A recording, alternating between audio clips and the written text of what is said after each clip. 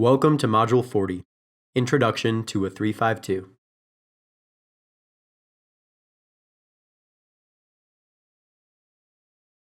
This module will give you a basic introduction to a 3-5-2 formation, and will then take a look at team shape in the defensive phase and the attacking phase. The beauty of soccer is that it is a subjective game, so here are some things to be aware of before you begin. The backline in a 3-5-2 consists of one deep central defender, often called the sweeper or the center back. The player is accompanied by a left center back and a right center back. The center midfield is generally a triangle, with a holding midfielder here and two center midfielders here. Other times, a team may play like this, with two holding midfielders at the base of the triangle and one at the point. We then move on to the wingbacks here, who provide length and width. These may also simply be referred to as outside midfielders. These players must have very high levels of fitness to allow this formation to work to its potential. Finally, we see the 9 and the 10, or strikers, here. Generally, the 9 will play as a target player to play into, and the 10 will play off of the 9.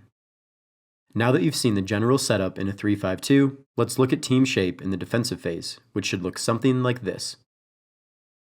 We can first see that the sweeper is dropped behind the left center back and right center back, acting as the last line of defense.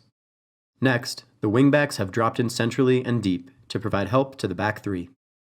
The central three maintain their triangular shape, with the holding midfielder occupying the space in front of the center backs. The second forward, here, will often drop in to help out defensively, turning it into a diamond shape.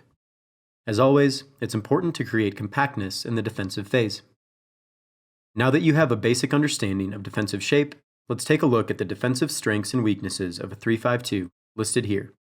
To go more in depth with these strengths and weaknesses, you can complete the module titled Defensive Strengths and Weaknesses in a 3-5-2. Now let's take a look at the attacking shape, which should look something like this. With this shape, we can see that the sweeper still stays fairly deep, and the center backs also will generally not get pushed too high up the field. Although in some cases, the center back on the near side will be encouraged to push up to provide support. The wingbacks, highlighted here, have pushed up to provide additional length and width, and the wingback on the near side will often play with his or her heels on the touchline. The central midfielders here maintain their triangular shape, with the holding midfielder here playing a bit deeper to allow the other two midfielders to push up more aggressively into the attack. The striker will push up to the offside line, and the second striker, who we referred to as the 10, sits underneath to provide support, or in some cases, run through. Now that you have a basic understanding of attacking shape, let's take a look at the attacking strengths and weaknesses of a 3-5-2, listed here. To go more in depth with these strengths and weaknesses, you can complete the module titled Attacking Strengths and Weaknesses in a 3-5-2. Just to reiterate, this module is intended to provide a basic introduction to a 3-5-2 system of play. It is further dissected in other modules within the 3-5-2 group.